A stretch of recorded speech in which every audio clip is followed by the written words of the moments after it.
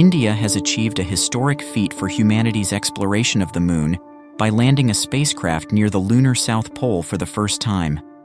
With that, India has joined the USA, Russia, and China as the only countries to have achieved a soft landing on the Moon.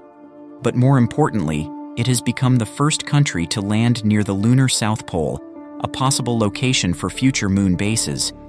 This is the main goal of Chandrayaan-3, India's third lunar mission, which was launched on July 15, 2023.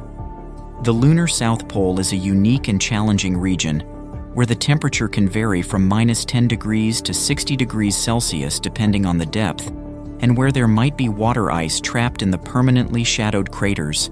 Water ice is very important for future lunar missions because it can be used as a source of drinking water, oxygen, and rocket fuel.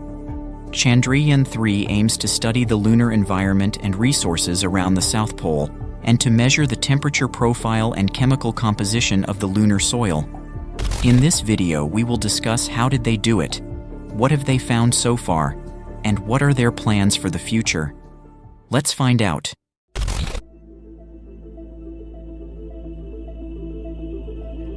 Chandrayaan-3 is India's third lunar mission and the first one to land near the South Pole. It is part of India's ambitious space program, which started in 1962 with the launch of its first rocket from a fishing village called Thumba. Since then, India has launched many satellites, rockets, and probes into space, and has become one of the leading spacefaring nations in the world. India's first lunar mission was Chandrayaan-1, which was launched in 2008.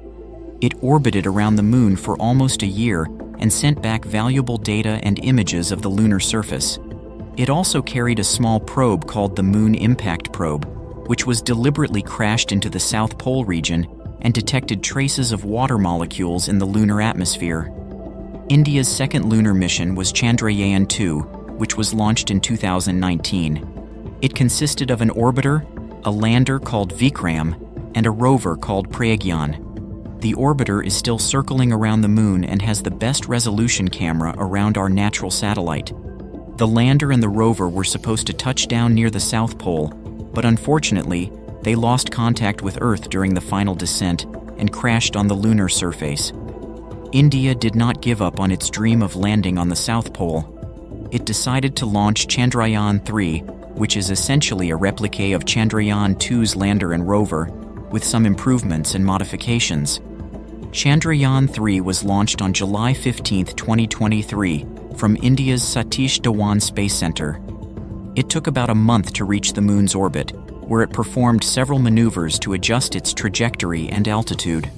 On August 20, 2023, it began its final descent towards the South Pole region, where no other spacecraft has ever landed before.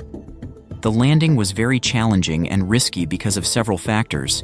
First of all, there was a communication delay of about 3 seconds between Earth and the Moon, which meant that Chandrayaan-3 had to rely on its own onboard computer and sensors to navigate and control its speed and direction. Second, there was no detailed map of the landing site available, which meant that Chandrayaan-3 had to use its own camera and radar to scan the terrain and avoid obstacles such as rocks and craters. Third, there was very little sunlight available at the South Pole region, which meant that Chandrayaan-3 had to use its own batteries and solar panels to power its systems and instruments. Despite these difficulties, Chandrayaan-3 successfully landed near the South Pole on August 20, 2023. It sent back its first image of the lunar far side area shortly after landing. It also deployed its rover, called Pragyan, which means wisdom in Sanskrit, which rolled out of the lander after 1 hour. The lander and the rover then started their scientific mission on the Moon.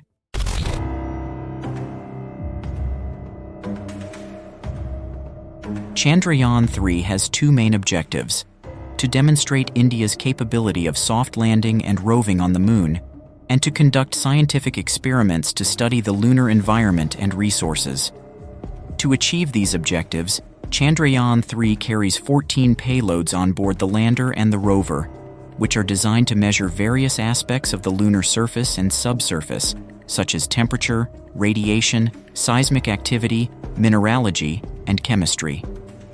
One of the most important payloads on board the lander is called CHASTI, which stands for Chandra's Surface Thermophysical Experiment. It is a device that has a rod-like probe that can penetrate up to 10 centimeters into the lunar soil and measure its temperature profile at different depths. This is the first time that such an experiment has been done on the lunar South Pole region, where the temperature can vary from 10 degrees to 60 degrees Celsius depending on the depth. The data collected by CHASTI can help us estimate how deep the water ice is buried under the soil and how much of it is available for future exploration and utilization. Another important payload on board the lander is called the LRA, which stands for Lunar Retroreflector Array. It is a device that has 8 mirrors that can reflect laser beams from Earth or other spacecraft. It can be used to measure the distance between Earth and the Moon with high accuracy and to test Einstein's theory of general relativity. It can also detect some low-frequency radio signals from the far side of the Moon, which could reveal clues about its origin and evolution. The rover Pragyan also carries some interesting payloads, such as the APXS, which stands for Alpha Particle X-ray Spectrometer. It is a device that can analyze the chemical composition of the lunar rocks and soil by bombarding them with alpha particles and X-rays. It can help us identify the minerals and elements that are present on the lunar surface and understand their distribution and formation. Another payload on board the rover is called LIBS, which stands for Laser-Induced Breakdown Spectroscopy. It is a device that can vaporize a small amount of lunar material by using a powerful laser beam and then analyze its spectrum by using a spectrometer. It can help us determine the abundance and isotopic ratios of different elements on the lunar surface and compare them with those on Earth. These are just some of the examples of the scientific results obtained by Chandrayaan-3 so far. The Indian Space Agency has been sharing these results with the public through its official website and its X, formerly known as Twitter, account. These images show how Chandrayaan-3 is providing valuable insights into the lunar surface and subsurface, and how it is contributing to our understanding of the Moon.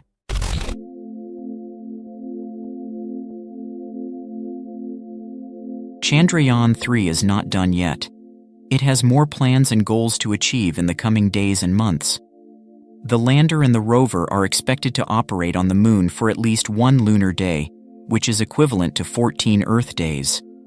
During this time, they will perform various experiments and tasks, such as drilling into the soil, analyzing samples, testing technologies, and exploring new sites. The lander and the rover will communicate with each other and with Earth through the Chandrayaan-2 orbiter, which is still orbiting around the Moon. The orbiter will relay its data and commands to the Indian Space Agency's Mission Control Center in Bengaluru, India. The orbiter will also take pictures of the lander and the rover from time to time, as it did recently when it welcomed Chandrayaan-3 with a message, "I spy you." The orbiter itself has a lifespan of about 7 years, which means that it will continue to orbit around the Moon even after Chandrayaan-3 completes its mission. The orbiter will keep sending back more data and images of the lunar surface, especially of the South Pole region, which is still largely unexplored by other missions. Chandrayaan-3 is not only a milestone for India's space program, but also a source of inspiration for all of us who dream of reaching new horizons. It has shown us that nothing is impossible when we have a vision, a passion, and a determination to explore the unknown. It has also shown us that there is still so much to learn about our nearest neighbor in space, which holds many secrets and surprises for us. Chandrayaan-3 has also opened up new possibilities and opportunities for future lunar missions, both from India and other countries.